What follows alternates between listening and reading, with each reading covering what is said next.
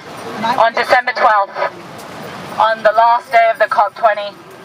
And as Mike said, 200 world leaders have come together, and in essence they have failed us, as they have failed us for the last 21 years. They have failed us because the global south is facing the most devastating impacts of climate change.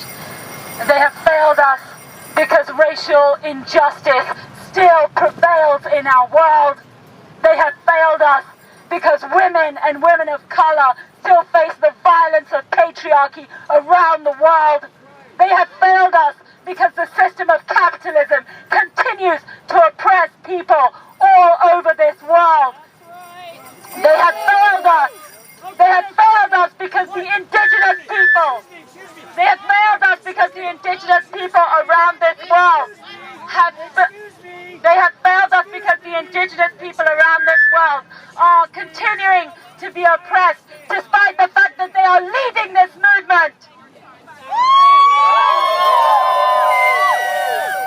Using a terrible tragedy in Paris as their excuse to enact a fascist state, the police in France have attacked climate protesters. The people of Paris have been getting out in the streets despite the fact that the government of France wanted to silence them. The people in Paris and the people around the world who went there to support them have been marching in the streets, have been acting in the streets, have been demonstrating, despite the fact that the people in France, the police in France have been enacting house arrests, have been enacting arrests without charge, have been holding people without charge, have been tear gassing crowds, and then accusing the protesters of violence. This is what has been going on in Paris. And our own people, Sarah Ticola, Antonio Zamora, Paul Cherkatan Wagner, Lisa Marcus, Carlo Foley, just to name a few, our own people from right here, they're there in Paris, risking their very liberty to defend us. And what we have come here today to say is that we are standing with them. We are standing with the protesters in Paris. We are standing with indigenous people. We are standing with women of color. We are standing with Black Lives Matter. We are standing for social justice. We are standing for food justice. We are standing for climate justice around the world. This is the cause of our lives.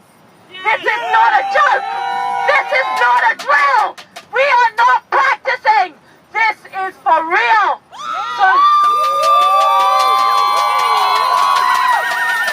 So right here today, we are the red line.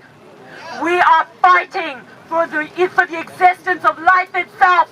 Because this year, scientists came out and said, we're not just facing the sixth mass extinction, we are already in it. So like I said, this is not a drill. And I'm going to ask you all here today to pledge resistance with me. Pledge resistance against the fossil fuel empire. Pledge resistance against this capitalist, sexist, racist, white supremacist empire that colonizes, that oppresses, that causes injustice around the world. I'm going to ask you to pledge with me right here, resistance to that fossil fuel empire.